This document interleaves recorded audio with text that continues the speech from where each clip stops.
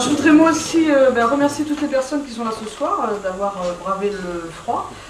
C'est vrai que on est content de vous voir nombreux avec nous. Je voudrais aussi remercier toutes celles et tous ceux qui nous ont aidés dans les campagnes. Sylvain l'a dit, mais c'est important. Et je voudrais aussi remercier leurs familles, parce que je sais aussi que c'est important quand ceux qui sont sur le terrain ne sont pas ailleurs, forcément. Il y a des gens qui suppléent, donc voilà, je voudrais remercier aussi la famille de ceux qui nous ont aidés. On a souhaité se battre pour changer de politique en France. On a réussi, on a tous contribué modestement à notre niveau à faire élire François Hollande.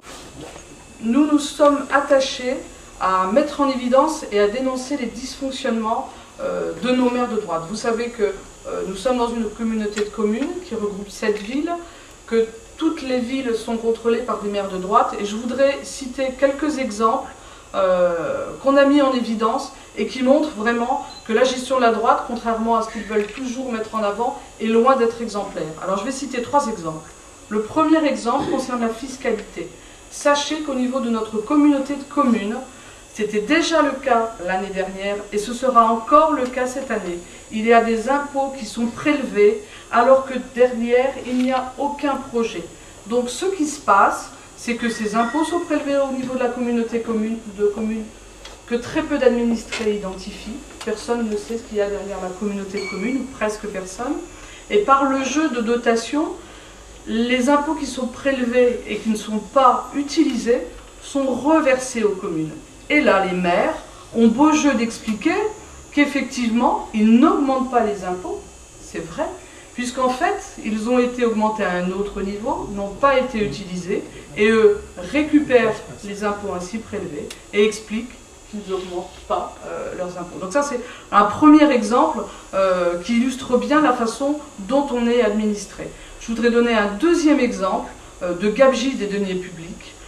Depuis le début de la semaine, il y a une enquête publique sur le plan local de déplacement au niveau communautaire qui a été votée dans toutes les communes. Depuis lundi, donc depuis le 14 janvier, et pendant un mois, il y a une enquête publique qui est faite sur le plan local de déplacement. Je vous invite d'ailleurs à aller en mairie, consulter les documents.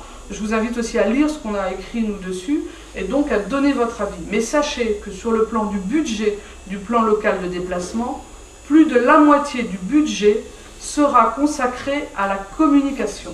C'est proprement scandaleux.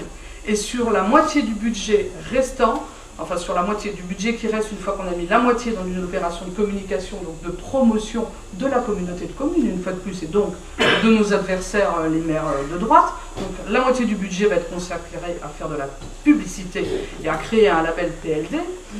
Sur le moitié restant, plus de la moitié sera employée à des études, alors que le plan local de déplacement a commencé en 2006 et que depuis 5 ans, encore une fois, il y a eu un gouffre financier consacré à des études. Donc ce sont vraiment des choses qui font dénoncer.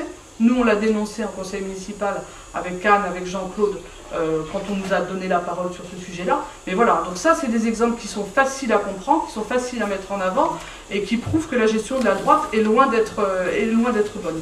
Et puis il y a un troisième sujet aussi qui est très facile à comprendre et qui concerne les transports.